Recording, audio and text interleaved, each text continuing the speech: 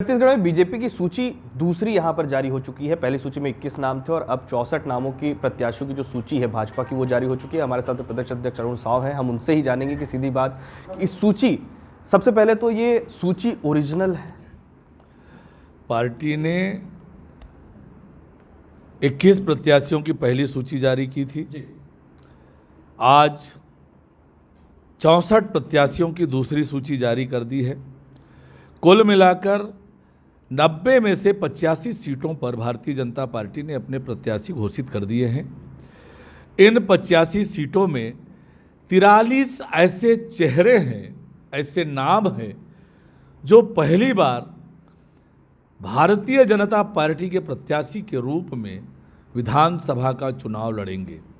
34 युवा चेहरे हैं, 14 महिलाओं को पार्टी ने प्रत्याशी बनाया है और वहीं दिग्गज और अनुभवी नेताओं को भी पार्टी ने चुनाव के मैदान में उतारा है। एक मजबूत टीम, एक सशक्त टीम, एक समन्वित टीम जिसमें हर वर्ग के लोगों को शामिल किया गया है, चुनाव के मैदान में उतारा है। तो निश्चित रूप से इन्हें कार्यकर्ताओं का पूरा सहयोग मिलेगा, जनता का पूरा आशीर्वाद मिलेगा और 3 दिसंबर को जब मतगणना होगी, छत्तीसगढ़ में कमल खिलेगा, छत्तीसगढ़ खुशहाली और तरक्की की ओर आगे बढ़ेगा।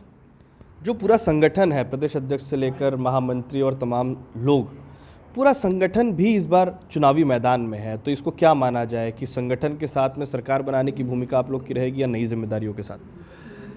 देखिए, आगे क्या होगा ये समय पर आपको पता चलेगा, पर आज भारतीय जनता पार्टी का एक एक कार्यकर्ता अटल जी के सपनों को साकार करने के लिए, छत्तीसगढ़ को बचाने के लिए, छत्तीसगढ़ की खुशहाली और तरक्की के लिए छत्तीसगढ़ में भारतीय जनता पार्टी की सरकार बने, इसलिए हर एक मतदान केंद्र में एक एक वोट के लिए मेहनत करेगा।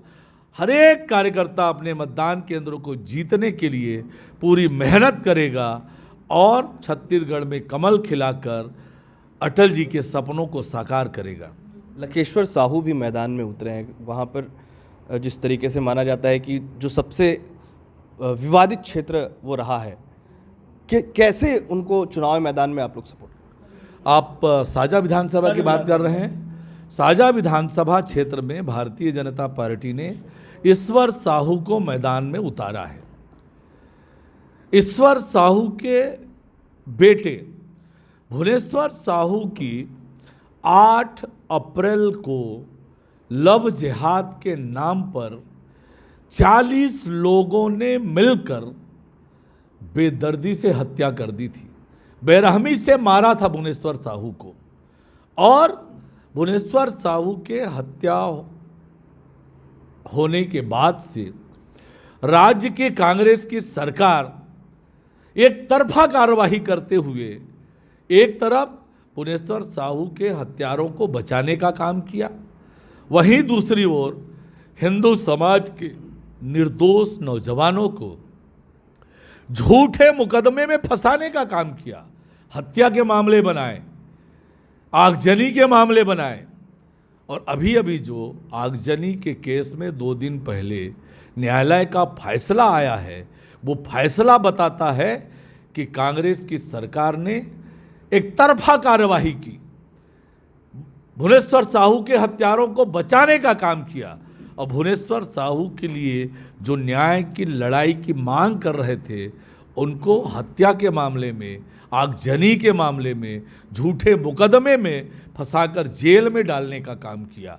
और ऐसे में जो साजा और बेमेतरा जिले के लोग जिन्होंने भुवनेश्वर साहू के न्याय के लिए लड़ाई लड़ी, उनके प्रतीक के रूप में ईश्वर साहू को भारतीय जनता पार्टी ने चुनाव के मैदान में उतारा है। ये प्रतीक की बात आप कर रहे हैं, हिंदुत्व की बात आप कर रहे हैं, तो क्या ये भी मान लिया जाए कि ईश्वर साहू जो है वो हिंदुत्व के एक तरीके से जो लगातार उन पर आक्रमण की बात आप लोग कर रहे हैं, लगातार उनके दमन की बात आप लोग कर रहे हैं, उसका कुछ प्रतीक होगा?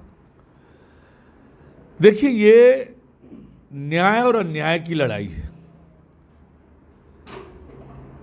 और ये सरकार अपनी जिम्मेदारी को निभाने में पूरी तरह से फेल साबित हुई है।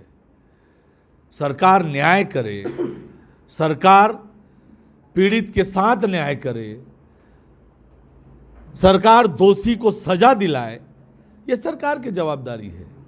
पर सरकार अपनी वो जिम्मेदारी निभाने के बजाय हत्यारों को बचाने का काम करे, निर्दोष को जेल में डालने का काम करे, तो निश्चित रूप से ये केवल और केवल न्याय की लड़ाई है।